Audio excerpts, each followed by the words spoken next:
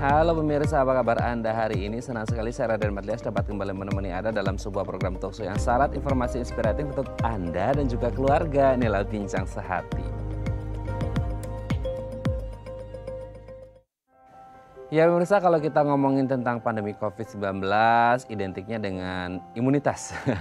Ada juga sistem kekebalan tubuh dan lain sebagainya. Banyak dari kita yang akhirnya harus konsumsi ini itu segala macam. Dan kalau kita berbicara tentang imunitas, ini kabarnya kalau menurut data atau artikel yang saya baca ya, ini sebagian besar ada di sistem pencernaan kita. Nah, gimana kalau akhirnya sistem pencernaan kita sakit, terus cara ngobatinya gimana? Inilah topik yang akan kita bahas hari ini, yaitu hati-hati gangguan pencernaan. Nah, kalau kita ngomongin tentang sistem pencernaan dalam tubuh kita, ayo, salah satu organ yang berperan penting atau erat kaitannya dengan sistem pencernaan kita pasti kita semua pada tahu, yaitu usus. Nah, sebelumnya kita akan membahas terlebih dahulu nih, fun fact makanan apa aja sih yang baik untuk kesehatan usus kita. Kita bahas satu-satu ya. Kita lihat yang pertama. Sayuran berwarna hijau gelap. Nah, sering kalau kita ngomongin tentang sayuran berwarna hijau, ini pasti ngomongnya apa? Coba Anda pikirkan. Bayam, kale, terus apalagi banyak lah pokoknya ya yang bisa Anda temukan sayur-sayuran berwarna hijau atau hijau gelap seperti itu. Kenapa akhirnya kita ngomongin sayuran berwarna hijau gelap ini baik untuk kesehatan usus? Ya selain karena mengandung banyak gizi, nutrisi, vitamin dan lain sebagainya, yang pasti adalah sayuran berwarna hijau gelap ini mengandung serat yang juga tinggi. Jadi ini baik untuk kesehatan sistem pencernaan kita, salah satunya adalah usus. Jadi kalau Anda ingin memiliki kondisi kesehatan usus yang sangat baik, Anda bisa mengonsumsi sayuran berwarna hijau gelap ya. Jangan lupa, apalagi di masa pandemi gini, bagus ya untuk kesehatan tubuh kita. Oke, kita lanjut yang kedua. Susu. Coba siapa yang sering minum susu pagi hari gitu ya. Kalau kita ngomongin susu, ini menjadi satu minuman yang biasa atau sudah familiar lah ya sama kita semuanya di Indonesia ngomongin tentang susu, entah itu susu putih atau susu coklat seperti itu. Nah, ternyata kalau dari artikel yang saya baca nih pemirsa ya, sebelum nanti kita tanyakan ke ahlinya, ternyata dengan mengonsumsi susu secara rutin, ini katanya bisa mencegah namanya kanker usus besar. Wah, baik sekali ya. Dan kalau bisa, kan ini bagus gitu ya manfaat dari susu. Nah, supaya tidak menggelembung juga, Anda bisa memilih susu ini yang ya kadar lemaknya rendah ya. Jadi tidak berpengaruh pada berat badan kita seperti itu. Oke, kita lanjut makanan yang ketiga. Bawang putih. Nah, siapa nih yang suka masak di rumah? Pasti salah satu bumbu yang Anda gunakan adalah bawang putih. Kenapa? Karena selain lezat, ini juga sehat. Kenapa? Kalau kita ngomongin hubungan antara bawang putih sama usus, ternyata bawang putih ini mengandung antibakteri. Jadi kalau mungkin ada bakteri, kuman atau lain sebagainya masuk ke dalam usus kita dan kemudian ada bawang putih, ini bisa melenyapkan itu bakteri-bakteri yang ada di dalam usus kita dan membuat usus kita menjadi lebih sehat. Oke, kita lanjut yang selanjutnya. Konsumsi probiotik. Nah, bagi Anda yang suka konsumsi probiotik ya, entah seperti yogurt contohnya ya, ini juga baik loh untuk kesehatan usus kita. Kenapa? Kan tadi saya bilang ya, ketika kita mungkin makan ada bakteri atau kuman yang masuk ke dalam usus kita gitu ya. Nah, gunanya probiotik ini seperti yogurt adalah untuk membersihkan itu limbah-limbah yang ada di dalam usus kita supaya usus kita bersih dan juga sehat. Jadi kalau Anda ingin memiliki usus yang sehat, salah satunya Anda bisa mengonsumsi probiotik. Oke, kita lanjut makanan yang terakhir. Nah, ini minuman pemirsa, teh hitam dan hijau. Bagi Anda yang punya afternoon tea time, nah ini juga bagus ya ternyata manfaat dari teh hitam dan juga teh hijau. Karena ini katanya menurut artikel lagi-lagi ya, artikel yang saya baca adalah ini bisa mencegah yang namanya kanker. Wah, jadi kalau Anda ini suka minum teh hijau atau teh hitam, ini baik untuk kesehatan Anda, salah satunya adalah kesehatan usus Anda. Oke, itu dia tadi beberapa makanan yang kabarnya baik untuk kesehatan usus kita dan kami akan membahasnya sesaat lagi. Tetap bersama kami di Bincang Sehati.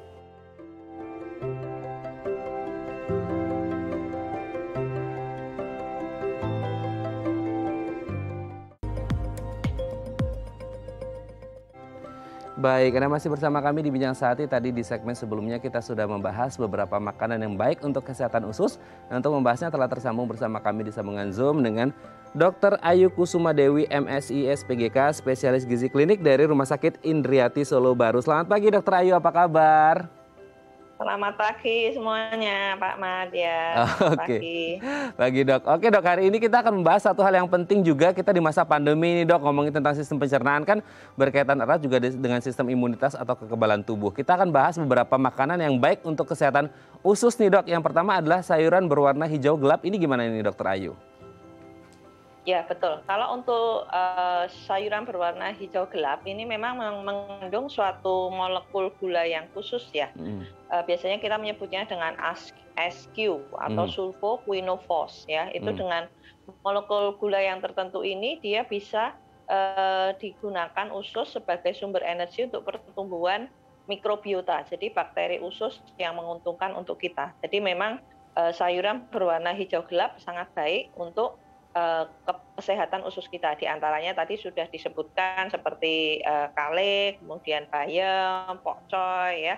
Jadi kita bisa konsumsinya mungkin dalam bentuk salad gitu ya. Oke, jadi kalau ingin memiliki usus yang sehat, Anda bisa mengonsumsi sayuran berwarna hijau gelap gitu ya Dokter Ayu ya. Oke, yang selanjutnya nomor 2 adalah susu nih dok. Gimana nih dok dengan susu dok? Ya, jadi kalau susu ini memang kita kan tahu di dalam susu ini mengandung gula yang namanya laktos. Gula yang namanya laktos ya. Laktos ini apabila dicerna ya, dicerna ini dia fermentasinya ini dari laktosa ini akan yang tidak tercerna sempurna ini akan bisa bagus sebagai untuk pertumbuhan bakteri bifidobakteria itu tadi. Jadi dari susu ini ada kandungannya tadi, fermentasi dari laktos yang tidak sempurna tadi, dia akan bisa meningkatkan pertumbuhan bifidobakteria untuk usus kita. Jadi sangat baik juga untuk usus ya, susu ini. Oke, kalau kita ngelihat kan memang susu ini menjadi satu minuman yang sudah familiar banget gitu ya dok ya di Indonesia ya. Oke dok, ya, lanjut betul. yang ketiga adalah di Indonesia kan ada intoleransi laktosa juga ya. Jadi biasanya memang kita bisa konsumsi tapi dalam jumlah yang tidak berlebihan. Ya kira-kira mungkin 1 gelas sehari baik untuk usus kita. Oke, jangan berlebihan juga gitu ya dok ya. Oke, yang selanjutnya yang sering kita temukan di bumbu makanan nih dok. Kalau kita lagi masak bawang putih gimana nih dok? Ya, kalau bawang putih itu memang manfaatnya juga sangat banyak ya. Di antaranya juga kalau untuk usus ini dia untuk kandungan inulinnya ya. Inulin ini kalau di ilmu gizi itu termasuk fungsional fiber. Jadi seratnya ini dia tidak mudah larut, dia akan bagus sekali untuk sumber jadi energi dari bakteri di usus kita, mikrobiota tadi. Jadi kandungan inulin di bawang putih ini sangat baik untuk usus kita. Oke, berarti selain lezat untuk jadi bumbu masakan ini juga sehat gitu ya dok ya? Ya betul. Oke, selanjutnya adalah probiotik dok. Dengan mengonsumsi probiotik mungkin seperti yogurt ini manfaat untuk usus kita seperti apa sih dok? Ya, kalau untuk probiotik juga sangat baik. Jadi memang kadang-kadang dengan pola makan harian kita yang masih kurang sehat ya, mungkin terlalu banyak daging merah atau apa itu dia mikrobiota di usus kita kan jadi kurang seimbang ya. Jadi kalau kita bantu oleh yogurt yang memang dia biasanya kandungannya dari bakteri-bakteri baik dan ragi ya difermentasi itu, nanti dia akan sebagai jadi suplemen untuk bakteri usus yang baik di usus kita. Jadi nanti akan membantu mengembalikan keseimbangan dari mikrobiota usus kita lagi ya. Jadi nantinya bisa meningkatkan keseimbangannya lebih baik. Jadi biasanya kan kandungannya seperti lactobacillus atau bifidobakteria itu ya. Jadi macam-macam untuk ininya. Tapi memang bagus untuk mengkonsumsi sumber probiotik secara rutin ya. Di antaranya yogurt, kemudian bisa juga itu tadi ya model seperti kefir itu juga bisa. Oke ya, jadi baik sekali untuk kesehatan usus kita. Yang terakhir dok, ini juga mungkin yang sering menjadi minuman kita bersama adalah teh hitam atau teh hijau. Manfaatnya untuk usus gimana ini Dokter Ayu? Ya, jadi kalau untuk teh hitam itu memang kandungannya ya ini ada polifenol ya. Polifenolnya ini dia mempunyai manfaat, ini dia akan polifenol di dalam teh hitam ini dia bisa membantu mendukung pertumbuhan mikrobiota, jadi bakteri usus yang baik di dalam usus kita dan juga sekaligus menghambat pertumbuhan bakteri yang merugikan, diantaranya seperti salmonella ya. Salmonella itu penyebab penyakit tifus. Ya itu kalau untuk teh hitam. Kemudian kalau di teh hijau sendiri juga sama, dia ada kandungan katekin ya. Jadi memang kandungan-kandungan di dalam bahan makanan alami ini ternyata sangat baik sebagai suplai dari bahan energi untuk pertumbuhan bakteri usus kita yang menguntungkan. Oke, berarti memang teh hitam dan teh hijau ini baik untuk kesehatan usus kita. Bagi Anda yang punya kebiasaan minum gitu ya afternoon tea time-nya dengan teh hitam atau teh hijau, ini sangat baik untuk kesehatan usus dan pastinya kesehatan tubuh kita. Baik, terima kasih Dr. Ayu Kusuma Dewi, MSc SPGK, spesialis gizi klinik dari Rumah Sakit Indriati Solo Baru sudah berbagi bersama kami. Semoga kita sehat-sehat terus ya Dok ya. Salam untuk keluarga di rumah dan teman-teman di rumah sakit. Selamat pagi Dr. Ayu. Salam sehat. Salam sehat. Terima kasih Dr. Ayu, selamat pagi. Baik pemirsa, selanjutnya kita akan membahas tema kita hari ini. Bagi Anda yang memiliki pertanyaan seputar tema kita hari ini, Anda bisa menghubungi kami di nomor 0212903244 atau DM Instagram kami di @bincangsaatidayatv. Kami akan segera kembali.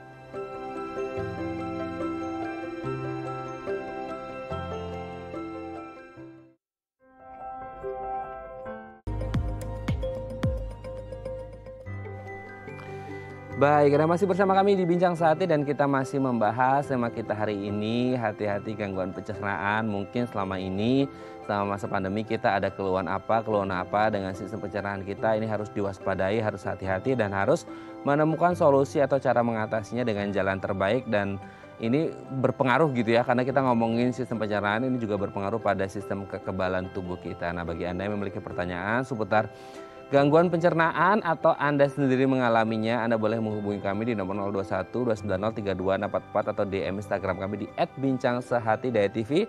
Nah, untuk membahasnya telah tersambung bersama kami di sambungan Zoom dengan Dr. Surya Wijaya SPPD, spesialis penyakit dalam dari Rumah Sakit Royal Taruma. Selamat pagi Dr. Surya, apa kabar? Pagi, kabar baik, sehat semua ya. Sehat semua Dok. Udah lama nih gak ngobrol sama Dokter Surya nih.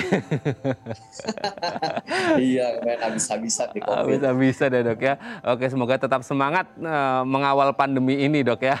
Dan tetap sehat pastinya.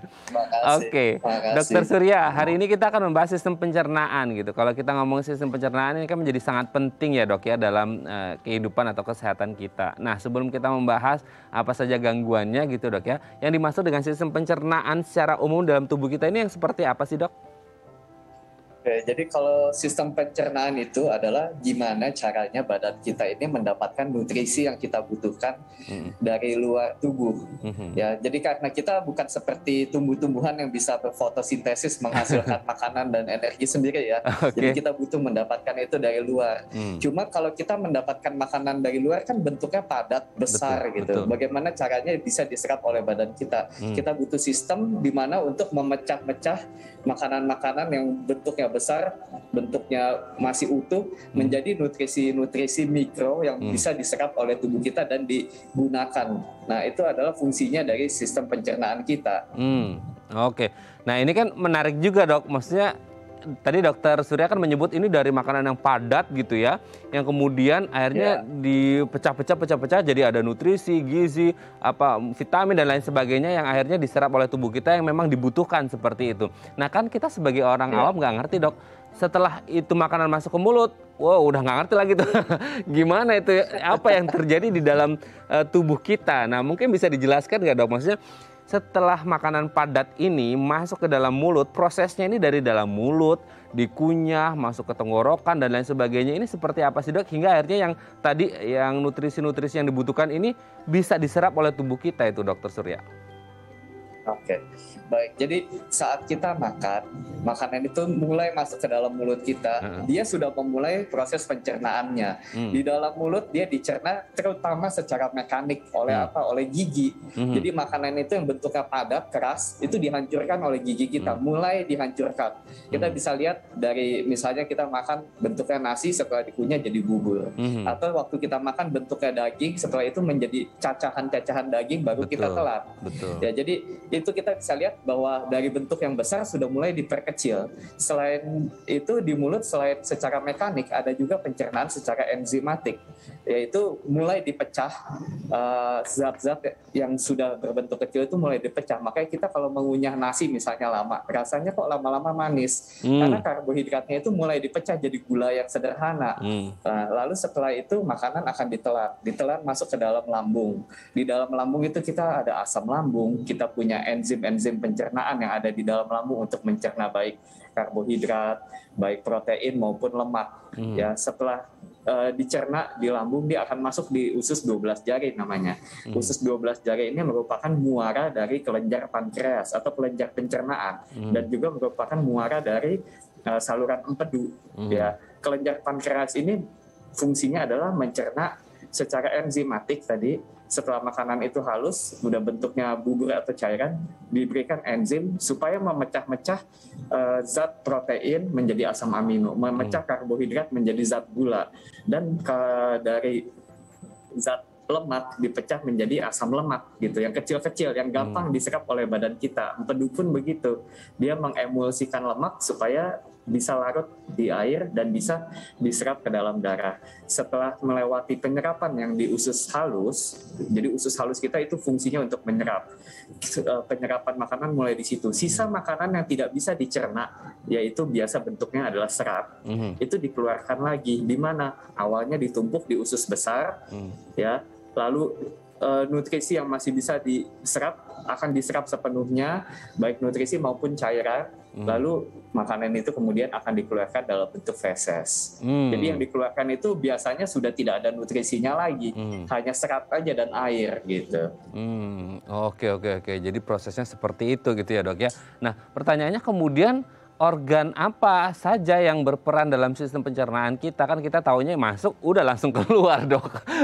Itu organ apa saja sih, Dok, yang berperan gitu dalam sistem pencernaan kita? Kan taunya kita kalau pencernaan ya usus, udah itu aja mungkin gitu. Gimana tuh, Dok? Ya, jadi tadi organ pencernaan kita mulai tadi sudah sejak makanan masuk di mulut dia sudah mulai dicerna. Jadi organ-organ yang ada di mulut seperti gigi, kelenjar air liur, lidah, itu semua sudah merupakan organ pencernaan juga. Lalu saluran pencernaan ini kita mulai dari esofagus ya, atau kita bilangnya kerongkongan, tempat makanan itu akan lewat, lalu masuk ke dalam lambung, usus yang terdiri dari usus 12 jari dan usus halus serta usus besar, disertai juga kelenjar-kelenjar pencernaan seperti kelenjar pankreas ya, lalu juga liver dan empedu, itu semuanya juga masuk ke dalam sistem pencernaan kita.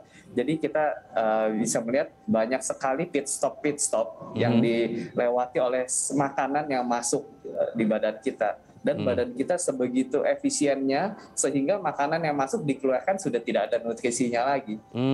Gitu. Sehebat itu ciptaan Tuhan ya, Dok ya. Luar biasa. Ada pit stopnya udah kayak balapan ya, Dok ya. Udah kayak di sirkuit ya, Dok ya. Oke. Nah, kalau kita ngomongin sistem pencernaan kan kita sebagai orang awam nih, Dok, maksudnya kalau anak bayi kan hanya bisa minum susu aja gitu ya, Dok ya. Terus nanti udah berkembang sampai lansia nggak bisa makan ini, nggak bisa makan itu. Nah, pertanyaannya kemudian sebenarnya di usia berapa sih, Dok, sistem pencernaan manusia ini terbentuk atau bisa berfungsi secara sempurna atau secara maksimal? Kan kalau kita ngeliatin anak-anak atau bayi kan mungkin belum terlalu sempurna ya, Dok ya. Nah, di usia berapa kira-kira itu terbentuk sempurna dan di usia berapa juga kira-kira dia fungsinya mulai menurun itu, Dok? Oke, kalau kita tanya di usia berapa menjadi sempurna, sebetulnya ini agak sulit kita tentukan ya, karena setiap orang perkembangan tubuhnya beda-beda sendiri. Tapi kalau menurut saya, kita bisa bilang sistem pencernaan itu sudah mulai sempurna mungkin saat kita sudah lepas tanggal semua gigi susu dan sudah tumbuh gigi yang sebenarnya. Ya, jadi berarti itu sudah lengkap kita. Yang paling terakhir mature dari sistem pencernaan itu adalah gigi.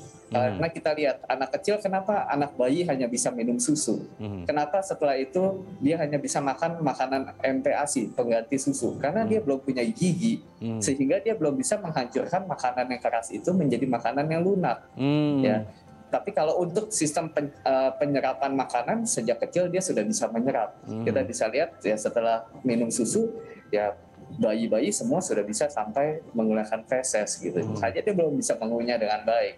Jadi mungkin saat gigi kita sudah lengkap, itulah saatnya sistem pencernaan kita sempurna. Saat kita memasuki usia tua, ya memang kadang-kadang mulai lagi. Yang kita lihat awalnya mulai tanggal duluan kan gigi nih biasanya ya. Jadi pencernaan mekanik kita yang mulai berkurang. Sedangkan kalau untuk pencernaan secara enzimatik, selama orang tersebut tidak memiliki masalah di kelenjar-kelenjar pencernaannya, di lambungnya misalnya, atau di ususnya tidak ada masalah seperti kanker, perdarahan atau yang lainnya, biasanya masih dapat berfungsi dengan baik sampai akhir hayatnya. Oke, berarti salah satu parameter dari sistem pencernaan adalah gigi, gitu ya dok ya. Oke, dok, kalau kita sekarang ke gangguannya dok, kalau tadi kan sudah dijelaskan sistem pencernaan itu seperti apa organ-organnya. Nah, yang dimaksud dengan gangguan pencernaan ini seperti apa dok? Maksudnya kan kita sebagai orang awam pasti gangguan pencernaan yang di pikiran kita pasti diare, udah itu aja gitu ya dok ya. Nah, sebenarnya gangguan pencernaan ini apa? Di kondisi yang seperti apa bisa disebut dengan gangguan pencernaan dan ada jenis-jenisnya nggak itu dok? Oke, jadi kalau kita ngomongin gangguan pencernaan itu berarti adalah gangguan yang ada di sistem itu yang membuat tidak sempurna dia dalam menghancurkan makanan ataupun dalam penyerapan makanan. Biasa memang yang keluhan yang muncul itu adalah diare, sakit perut, kembung, mual. Kenapa itu terjadi? Ya itu biasa terjadi karena pencernaan makanan yang tadinya padat itu tidak efektif, sehingga mungkin ada bagian-bagian yang bekerjanya kurang, ada bagian-bagian yang bekerja berlebihan. Nah, permasalahan di sistem pencernaan ini bisa dibagi ke beberapa bagian. Yang pertama secara anatomis, ya, apakah ada kekurangan, misalnya tadi anatomis gigi, misalnya giginya kurang, atau misalnya ada penyempitan secara bawaan, ada penyempitan di saluran makannya, atau misalnya ada luka yang ada di usus atau di lambung gitu. Itu kan secara anatomis, bocor misalnya yang orang ekstrimnya, lambungnya bocor katanya, berdarah, ya itu kan secara anatomis. Yang kedua adalah fungsi gerakannya, karena pencernaan itu dia kan tadi panjang ya, dari mulut sampai ke usus. Itu dia ada pergerakan yang namanya gerak peristaltik, yang fungsinya adalah memeras makanan itu untuk melewati saluran cerna. Kalau ada gangguan di pergerakan ususnya atau pergerakan lambungnya, biasanya muncul juga gangguan-gangguan seperti misalnya kembung, mual, ya. Lalu setelah itu gangguan fungsi. Kalau terjadi gangguan fungsi enzim yang ada atau fungsi kelenjar pencernaan yang ada, itu akan membuat makanan itu tidak bisa dihancurkan secara enzimatik, jadi nggak bisa dicerna jadi yang kecil-kecil. Akhirnya dia numpuk di saluran cerna. Waktu dia nyampe di kolon, waktu dia nyampe di usus besar, dia masih ada nutrisinya. Itu menjadi tempat di mana bakteri melakukan fermentasi. Nah, hasil fermentasi bakteri itu kan keluar gas, keluar asam, ya kadang-kadang jadinya kita mencret, jadinya kita begah, jadinya kembung, kentut terus. Jadi banyak sekali gangguan pencernaan yang disebabkan oleh gangguan dari organ-organ yang ada di sepanjang jalannya, gitu. Oke, memang prosesnya seperti itu gitu ya dok ya. Nah tapi dok, kan ini kita sudah bulan Agustus dok, maksudnya bentar lagi kan, tidak lama lagi kita menjelang akhir tahun gitu. Nah biasanya kan kalau akhir tahun itu identik dengan musim hujan, dan kalau menurut yang aku baca nih dok ya, maksudnya katanya kok banyak sekali kasus gangguan pencernaan ini terjadi di musim hujan gitu dok. Apa ada kaitannya atau secara tidak langsung atau kebetulan aja atau gimana itu dok? Oke, jadi ya mungkin memang banyak sekali terjadi gangguan pencernaan di musim hujan. Tadi contohnya diare ya. Kenapa banyak gangguan pencernaan seperti diare di musim hujan? Karena di musim penghujan itu air itu banyak yang terkontaminasi. Baik terkontaminasi oleh kuman ataupun terkontaminasi dengan zat-zat kotoran lainnya, yang kemudian bisa mengganggu. Misalnya kalau kita terkontaminasi kuman, ya jadinya infeksi. Kalau terjadi infeksi berarti dia ada gangguan, ada organ pencernaan kita yang rusak, apakah itu di usus atau misalnya infeksinya di liver, di pankreas, di saluran empedunya misalnya. Nah itu akan mengganggu sistem pencernaan. Lalu juga mungkin ya kita tahu kalau musim hujan kan dingin ya. Ya kita sebagai orang Indonesia nih senang banget makan yang panas-panas, yang pedas-pedas di waktu lagi dingin. Betul. Nah itu akhirnya mengiritasi kita punya saluran pencernaan gitu. Jadinya mulai deh sakit mah juga pada muncul di situ, atau orang-orang yang beranggapan oh ini musim penghujan kita harus minum jamu gitu untuk meningkatkan daya tahan tubuh supaya nggak kena infeksi yang umum terjadi, misalnya flu di musim penghujan. Ya jamu-jamuan yang diminum secara berlebihan atau mungkin ada ditambahkan zat ini dan itu kadang-kadang mengiritasi juga. Mungkin itu sebabnya kenapa di musim penghujan nih banyak sekali gangguan pencernaan. Baru tahu, betul dok. Makan kalau hujan minumnya makan yang berkuah-kuah, panas, pedas dengan cabai rawit di mana-mana kan katanya untuk menghangatkan tubuh. Wah, ternyata itu bisa mengiritasi dan akhirnya bisa terjadi gangguan pencernaan ya. Betul juga ya, saya baru paham loh dok. Seperti itu. Terima kasih loh Dokter Suryani sudah menjelaskan. Nah dok, ketika terjadi gangguan pencernaan ini, kan tadi dokter menyebut ada di usus, di pankreas, liver dan lain sebagainya. Sebenarnya kalau terjadi gangguan pencernaan, ini semua organ ini ikut terdampak juga, atau sebenarnya tadi seperti Dokter Surya sebut ya, ya hanya mungkin bisa semua atau mungkin bisa hanya di beberapa titik saja di sistem pencernaan kita dok? Nah, jadi karena sistem pencernaan kita itu ya memang sudah didesain sedemikian rupa oleh yang punyanya ya. Jadi dia berfungsi memang harus ada alurnya. Nah, misalnya kita tadi mulai dari mulut aja, orang yang giginya nggak ada atau orang yang ada gangguan menelan, misalnya orang habis stroke atau gangguan mengunyah, itu akan sulit untuk makan makanan yang padat. Kenapa? Berarti kita memberikan pekerjaan gigi kepada usus. Di mana yang harusnya menghancurkan makanan yang padat itu adalah secara mekanik. Gigi ketemu gigi menghancurkan makanan. Kalau makanan yang masih utuh masuk ke dalam usus, itu akan memberatkan kerja ususnya. Nah, makanan itu akan tinggal lebih lama di lambung, akan tinggal lebih lama di usus. Sehingga saat kita makanan tinggal lebih lama, rasanya itu lambungnya penuh, rasanya dia kembung, rasanya nggak enak. Jadi gangguan di gigi bisa bikin gangguan di bawah. Kalau misalnya ada gangguan di saluran di lambung atau di kelenjar pencernaan yang membuat makanannya tadi tidak bisa dicerna, nutrisi itu akan sampai di usus besar, difermentasi sama bakteri, jadi kembung. Jadi apa yang terjadi di depannya bisa mempengaruhi yang di belakang. Oke, jadi saling berkaitan dan saling berpengaruh gitu ya dok ya. Nah tadi Dokter Surya kan menyebut ada rasa kembung. Nah ini nanti mungkin setelah break aku akan tanya gejala apa saja sih yang dirasakan ketika akhirnya ini akan berujung pada gangguan sistem pencernaan. Biasanya kalau aku ya dok ya, kayak diare itu sebelum diare terjadi diarenya, aku ngerasa kayak ada begah atau kembung. Nah nanti kita akan bahas setelah break gejala apa saja sih yang mungkin dirasakan sebagai tanda-tanda bahwa ini akan berujung pada gangguan sistem pencernaan nanti setelah break ya dok ya. Baik pemirsa, bagi Anda yang memiliki pertanyaan seputar tema kita hari ini, Anda bisa menghubungi kami di nomor 0212903244 atau DM Instagram kami di @bincangsaat.tv. Kami akan segera kembali.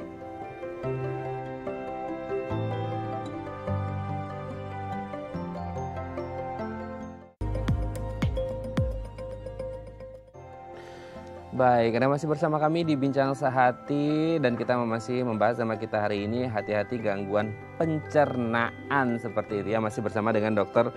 Surya Wijaya SPPD, spesialis penyakit dalam dari Rumah Sakit Royal Taruma. Dr. Surya, sebelum kita lanjut, tadi pertanyaanku tentang gejala-gejalanya apa saja. Ini ada penelpon ya dok ya, kita akan sapa terlebih dahulu. Halo, selamat pagi, dengan siapa di mana? Halo, selamat pagi. Iya, selamat pagi Pak. Kaget saya ini Pak. Ini saya ada gangguan lambung Pak. Iya, sebelumnya Pak mohon maaf, dengan Bapak siapa dan di mana Pak? Yonang Pak. Bapak Yonang di mana Pak? Di Cibubur Pak. Di Cibubur, Jakarta Timur. Silakan Pak Yonang.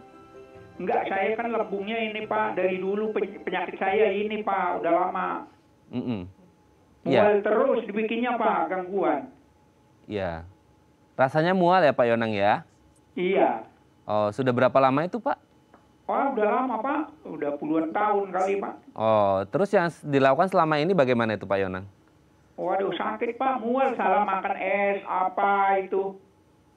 Langsung mau muntah Pak, sesak dibikin. Oh, lalu yang dilakukan selama ini ketika rasa mual itu datang, apa Pak Yonang? Gimana Pak? Yang dilakukan setelah rasa mual itu datang? Apa yang dilakukan? Sakit semua perutnya. Iya, apakah minum obat atau apa yang dilakukan biasanya? Iya, kayak saya makan obat itu Pak, kadang pentajol itu. Oke. Kita tanyakan ke Dokter Surya dulu sebelum dijawab oleh Dokter Surya. Ada yang ingin ditanyakan ke Pak Yonang, dokter, sebelum kita jawab? Ya mungkin saya Gimana, ingin Pak? bertanya, mungkin Pak Yonang, Bapak ada masalah dengan berat badan nggak? Penurunan berat badan yang cepat, atau mungkin ada sering makan yang tidak teratur, jenis-jenis makanan tertentu yang Bapak perhatikan kapan keluhan rasa mual, rasa tidak nyaman di saluran cernanya ini muncul, biasanya waktu kapan Pak? Sama tadi, ada berat badan turun nggak? Kan ini Enggak, udah Pak. puluhan Berat tahun badan nih kata enggak. Bapak. Oke, berat badan tidak. Biasanya munculnya ketika apa Pak Yonang? Dia mau sakit terus Pak, mual terus dibikin. Salah makan salah sedikit aja setengah mati kita Pak. Kadang-kadang malam itu naik asam lambungnya. Oke. Nah, Ada kalau yang saya boleh tahu, Bapak berat badannya berlebih nggak? Masuk di yang berat badan berlebih atau nggak? Saya 61 Pak, enggak. Nggak ya, oke, baik. Oke. Sudah jelas Dokter Surya, ada yang ditanyakan lagi sebelum kita jawab? Gimana Pak? Tadi mungkin ada jenis makanan-makanan tertentu yang biasa mencetuskan rasa sakitnya, rasa kembungnya, Pak? Ada, tapi kalau makanan itu kayak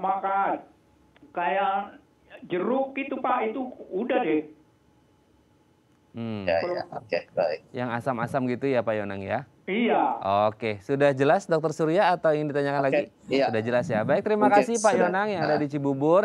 Kita akan coba jawab ya Pak Yonang ya. Semoga sehat terus. Terima kasih loh sudah menghubungi kami di Bincang Sehati. Salam untuk keluarga di rumah. Silakan Dokter Surya. Oke. Ya, jadi kalau kita lihat dari kasusnya Pak Yonang, katanya sudah puluhan tahun beliau merasakan mual, tidak nyaman di saluran cernanya. Tapi tadi kenapa saya tanya berat badannya? Karena kadang-kadang kalau ada penurunan berat badan, kita harus mencurigai, gangguan dari penyerapan nutrisi yang ada. Karena fungsinya tadi kan untuk mendapatkan nutrisi, mendapatkan tenaga. Tapi kalau sudah puluhan tahun ini terjadi, tapi Pak Yonang tetap memiliki berat badan yang stabil, ya, dan ya dia sudah puluhan tahun ada gangguan, tapi sehat-sehat saja untuk kecuali saluran pencernaannya. Berarti fungsi untuk penyerapannya sebetulnya baik. Dan kita bisa lihat juga tadi Pak Yonang mulai muncul gejalanya kalau kena makanan-makanan tertentu. Tadi waktu Pak Yonang habis makan jeruk misalnya. Kenapa sih jeruk? Karena jeruk itu asam. Jadi kita bisa bayangkan kalau ada luka di saluran cerna kita, dia terkena zat-zat apa sih yang biasanya membuat rasanya sakit? Kalau kita bingung, kita pikir aja, kalau di kulit kita ada luka, kena apa sih sakit? Kalau kena barang asam pasti sakit, kena barang yang pedas pasti sakit, kalau kena barang yang mengiritasi pasti sakit. Nah, apa yang di kulit kita akan sakit, pasti waktu masuk di perut kita, seandainya ada luka di situ akan sakit. Ya, jadi mungkin dari Pak Yonang ini harus diubah juga pola makan misalnya, jangan makan sekaligus banyak. Jangan puasa terlalu panjang. Jadi perutnya nggak boleh kosong terlalu lama supaya asam lambungnya itu tidak mengiritasi lambungnya sendiri. Supaya kita kasih kerjaan nih ke asam lambung. Jangan dia mencerna dirinya sendiri. Nah setelah itu mungkin kita jaga makanannya. Makanan-makanan apa yang Pak Yonang rasa mencetuskan rasa tidak nyaman, mungkin ada baiknya dihindari dulu. Ya, kita berikan waktu untuk saluran cerna kita beristirahat dari zat-zat yang mengiritasi. Karena kalau enggak, ini akan hilang timbul. Terus kita perhatikan juga tadi kalau ada rasa mual setelah makan, ada masalah enggak di saluran cerna, di organ pencernaan sebelumnya? Contohnya tadi gigi, gimana giginya? Apakah ada gigi yang tanggal atau tidak? Lalu juga fungsi dari gigi itu adalah menghancurkan makanan. Pak Yona mungkin kalau saya boleh saran, mungkin saat makan tolong dikunyah yang baik, ya. Terus juga saat kita mengunyah jangan kita sambil berbicara supaya kita tidak menelan angin. Kadang saya perhatikan yang sangat banyak terjadi di kita orang Indonesia ini adalah makannya cepat semuanya, ya. Kunyah 2-3 kali udah telan. Sedangkan mungkin kita tahu waktu dulu kita diajarin kunyah itu 30 kali katanya. Jadi makanan itu harus hancur dulu baru masuk. Betul. Kalau kita memberikan pekerjaan gigi kepada lambung, kepada perut, ya pasti dia akan capek. Karena bukan tugasnya dia gitu. Jadi mungkin kita harus memperhatikan yang pertama, jarak antar makan, jumlah makanan yang kita masuk, dan jenis makanan yang kita makan. Nah, mungkin itu yang kita bisa introspeksi ya. Kita bikin food journal aja untuk Pak Yonang. Kapan sih saya sakit? Apa sih salahnya? Gitu. Oke, mungkin makanya yang tadi Dokter Surya bilang ya, tidak boleh terlalu lama jeda kosongnya. Mungkin sering, tapi mungkin sedikit jumlahnya gitu kali ya Dok ya. Betul. Dan jadi juga ada snack juga. Ada snacking juga di situ ya.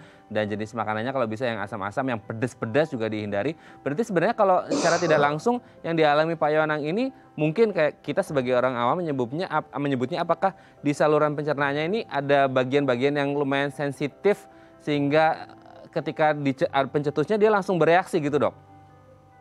Ya, biasanya ada mungkin di situ ada luka atau ada peradangan yang sudah agak lama. Kenapa bisa agak lama? Karena dia belum sembuh, sudah diberikan beban lagi.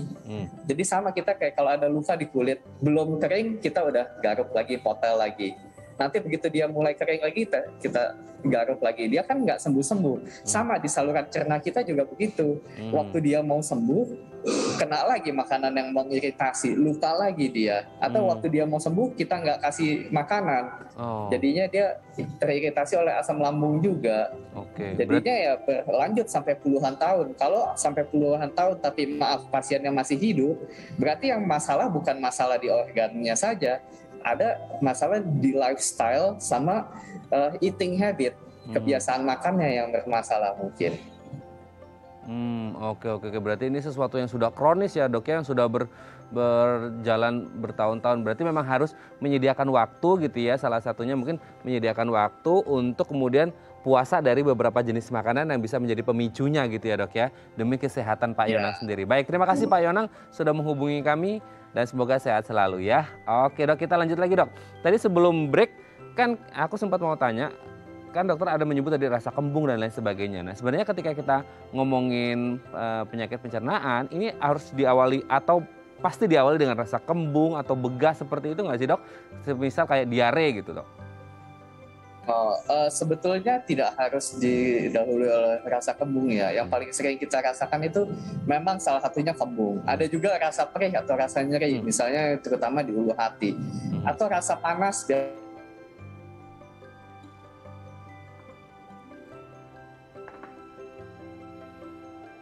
Oke, kita akan. Dan fungsi yang terkena tadi, apakah fungsi fungsi menghaluskannya, apakah fungsi enzimnya atau fungsi pergerakannya tadi. Kalau kembung biasanya ada gangguan di pergerakannya, baik gerakan lambung ataupun gerakan usus. Ya, atau misalnya terjadi penumpukan gas yang dikarenakan tadi fermentasi dari bakteri terutama. Oke. Nah kalau diare ini sendiri Dok, sebenarnya salah satu jenis penyakit kan ini nggak enak banget ya Dok ya. Diare ini sebenarnya menular atau enggak sih Dok? Oke, jadi kita harus tahu dulu diare itu ya artinya kan kotoran kita cair atau lembek ya, bentuknya tidak padat.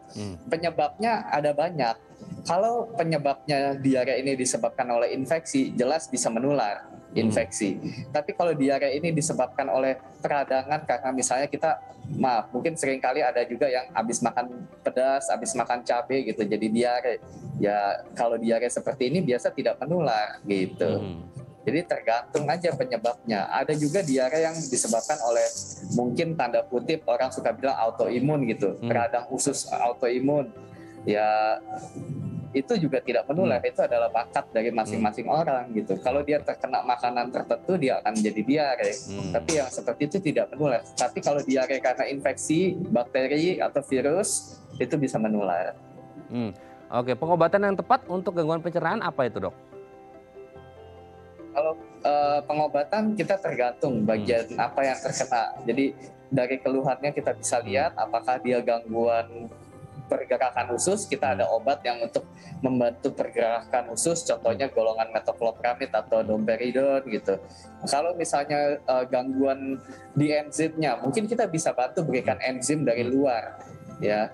Waktu pasien itu makan, kita berikan kapsul yang isinya enzim pencernaan untuk membantu. Atau misalnya pasien ini masalahnya adalah di pencernaan mekaniknya di gigi. Ya berarti kita berikan dia makanan yang lunak.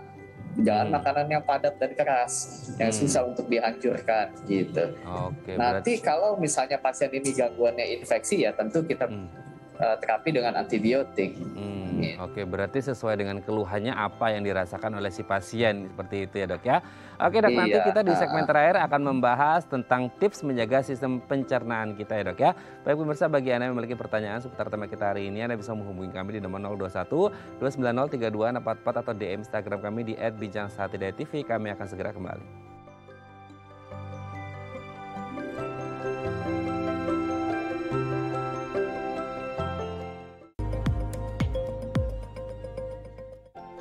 Baik, Anda masih bersama kami di Bincang Sehati, masih bersama dengan Dr. Surya Wijaya SPPD, spesialis penyakit dalam dari Rumah Sakit Royal Taruma.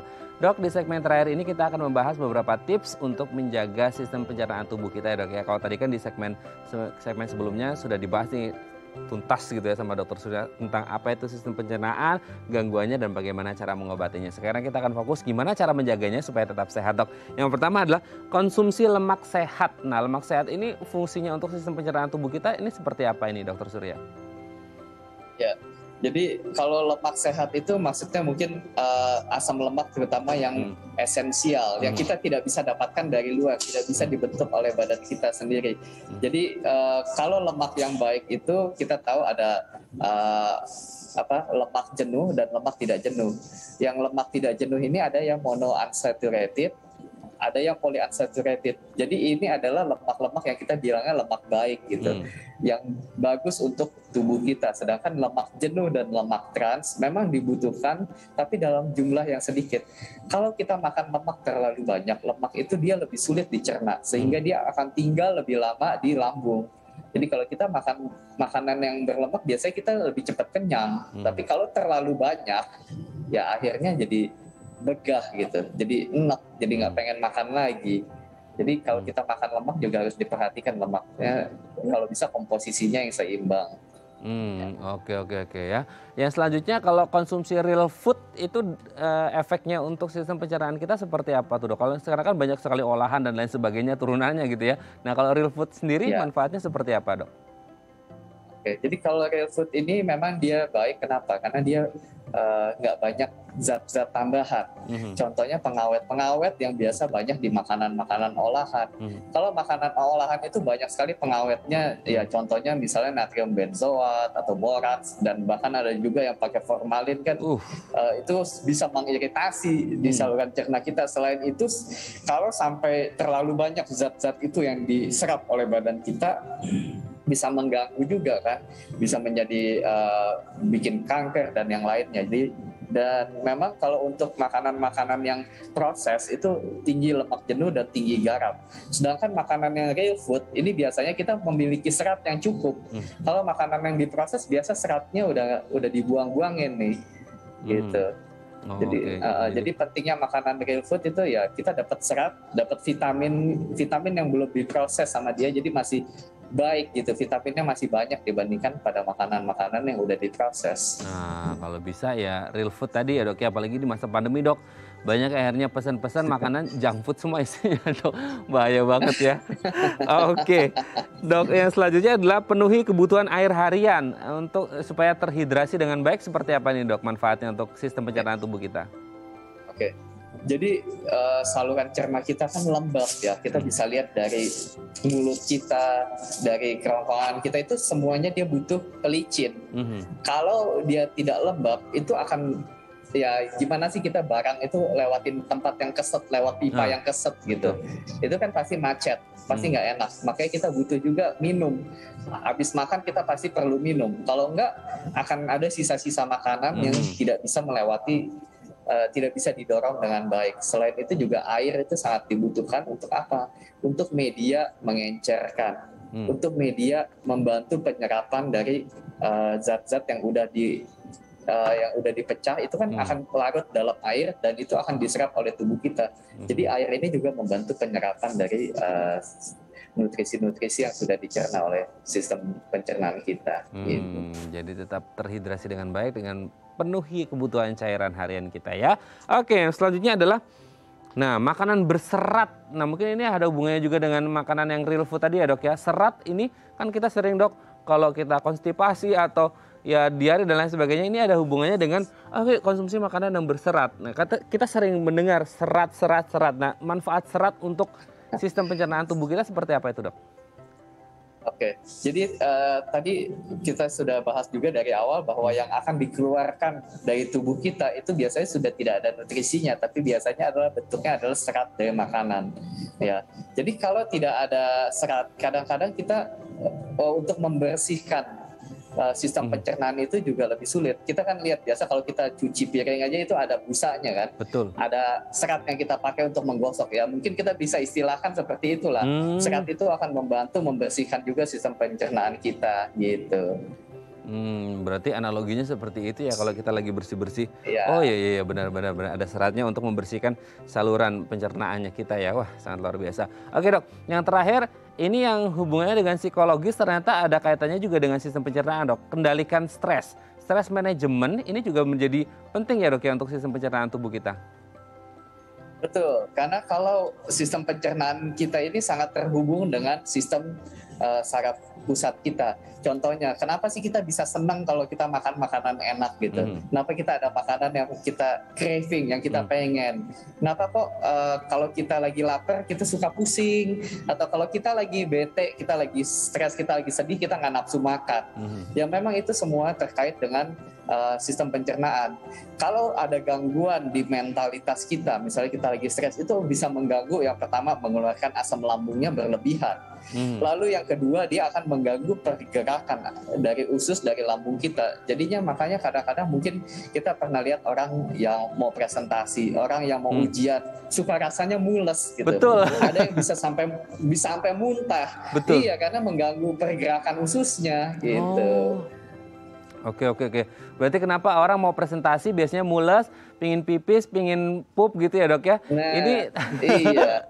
Ini ternyata dari rasa stres seperti itu ya. Wah, ini baru terjawab, Dok. Kenapa akhirnya orang banyak yang akhirnya iya, betul, Dok. Itu betul terjadi. Banyak sekali. Mungkin saya juga pernah mengalami itu, Dok. Wah, ini sangat luar biasa ternyata stres. Betul sekali, stres sangat penting sekali ya. Bagaimana kita mengatur stres supaya tidak berpengaruh pada sistem pencernaan kita. Terima kasih Dr. Surya Wijaya SPPD, spesialis penyakit dalam dari Rumah Sakit Royal Taruma sudah berbagi bersama kami pagi hari ini. Semoga kita sehat-sehat terus ya, Dok ya. Dan juga dokter sehat-sehat terus untuk keluarga di rumah dan teman-teman di Royal Taruma. Selamat pagi Dr. Surya. Selamat pagi, salam sehat, terima kasih. Salam sehat terus, terima kasih kembali. Baik pemirsa, bagi Anda yang memiliki kritik dan saran, Anda bisa menghubungi kami di nomor 0889 8100 5000 atau Anda bisa follow media sosial kami di @bincangsehat.tv dan tetap disiplin prokes 6M. Saya Radha Madlia Semit, sampai jumpa dan selamat beraktivitas.